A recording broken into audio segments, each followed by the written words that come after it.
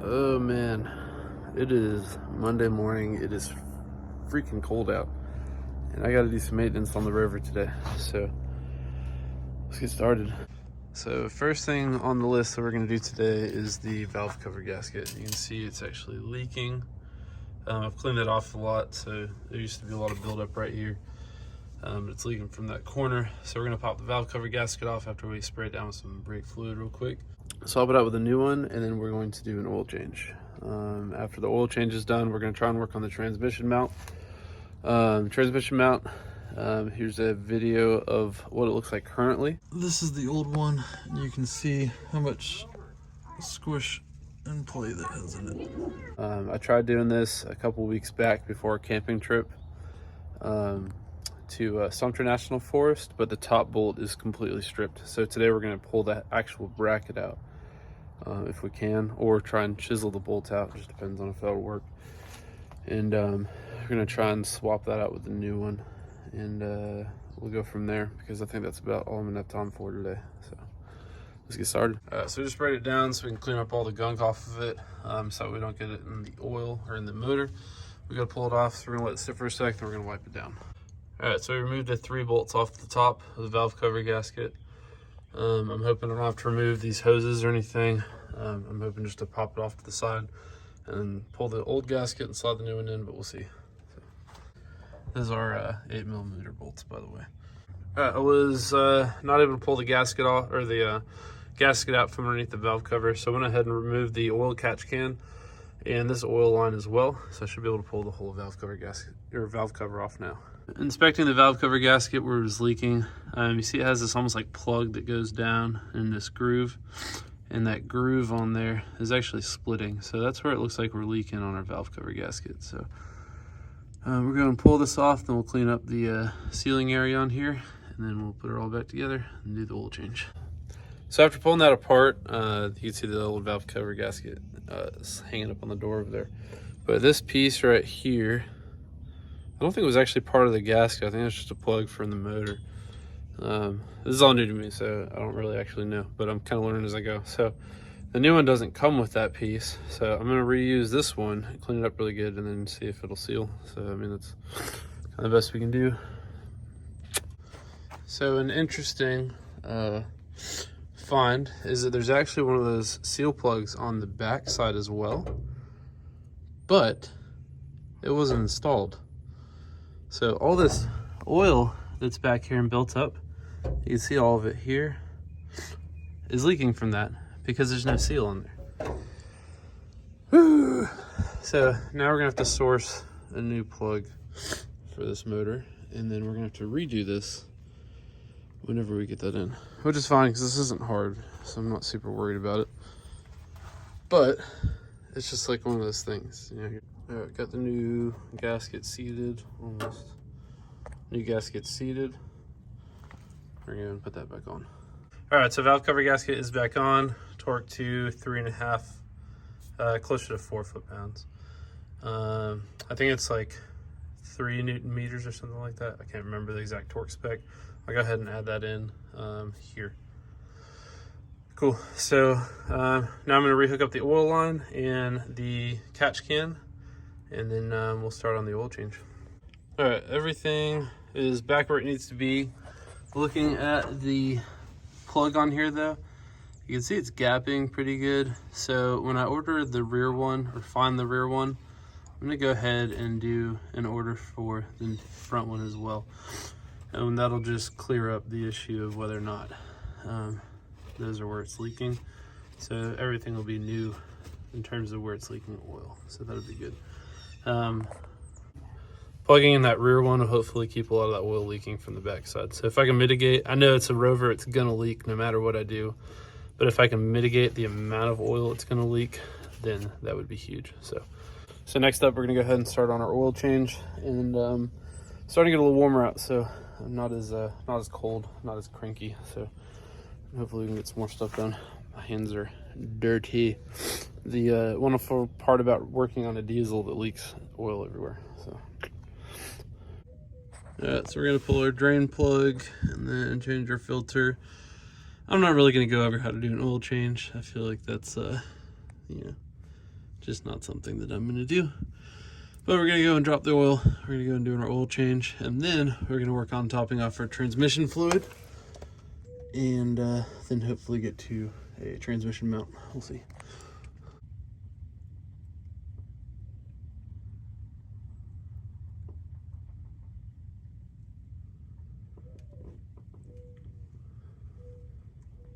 So while I'm hanging out down under the truck, one thing I do need to do, and this is going to be a huge project, so it's probably going to wait till summer, because I'm going to need to be able to ride the motorcycle, or I will need another vehicle for any given period of time. But just about every bushing or rubber part on this truck is done. So in that process, what I would like to do is get a full bushing replacement kit. Look how dirty my hands are.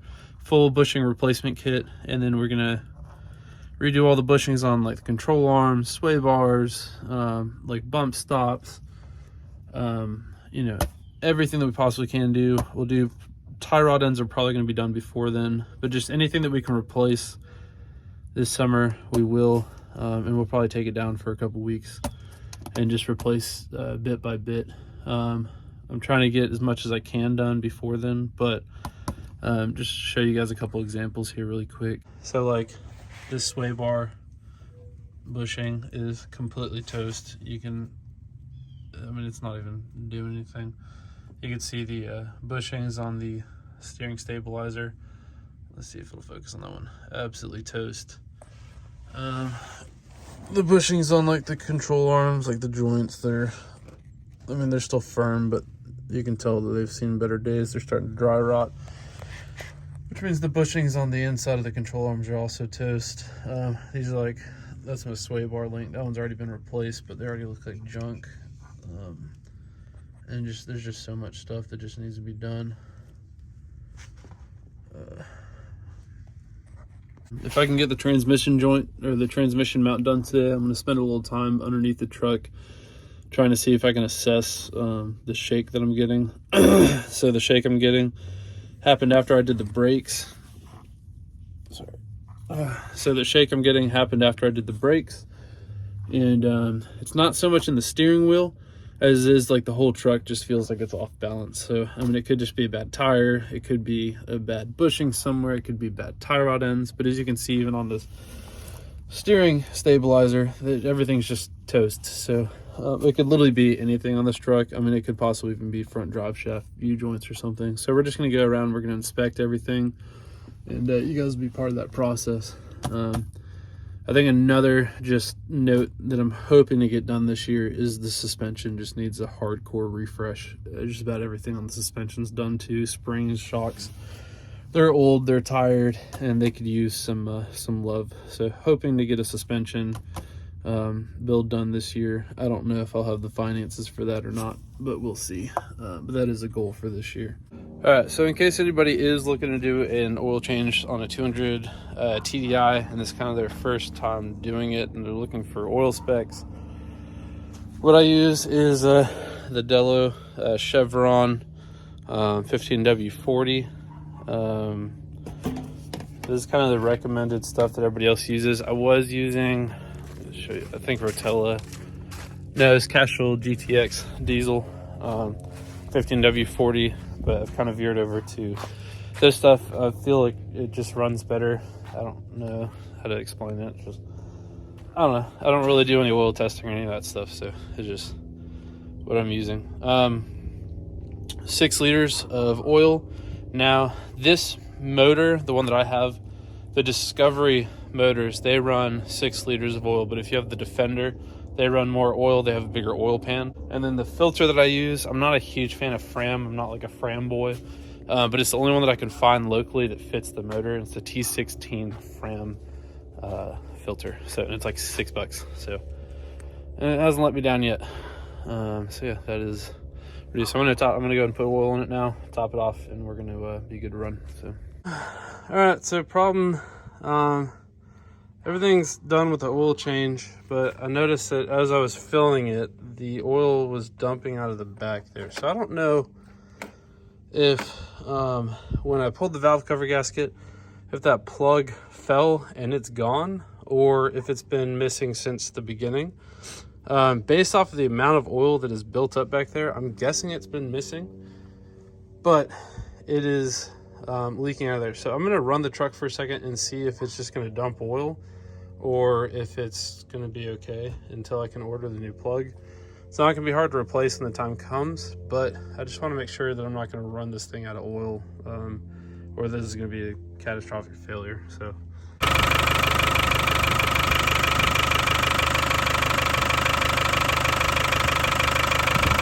That's the area which is leaking.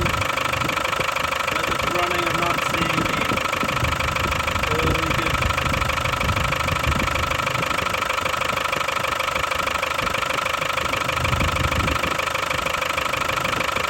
Everything sounds fine.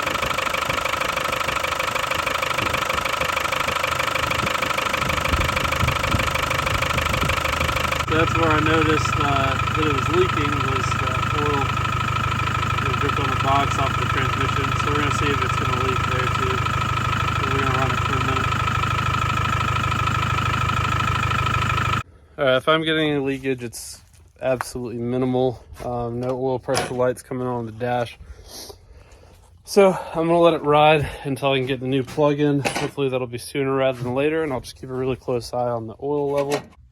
All right, so in the process of all this, the oil pressure sensor, come on, the wire came out from the plug, so I had to re-splice the wire into the plug and re-plug it in, so it wasn't even reading anyways.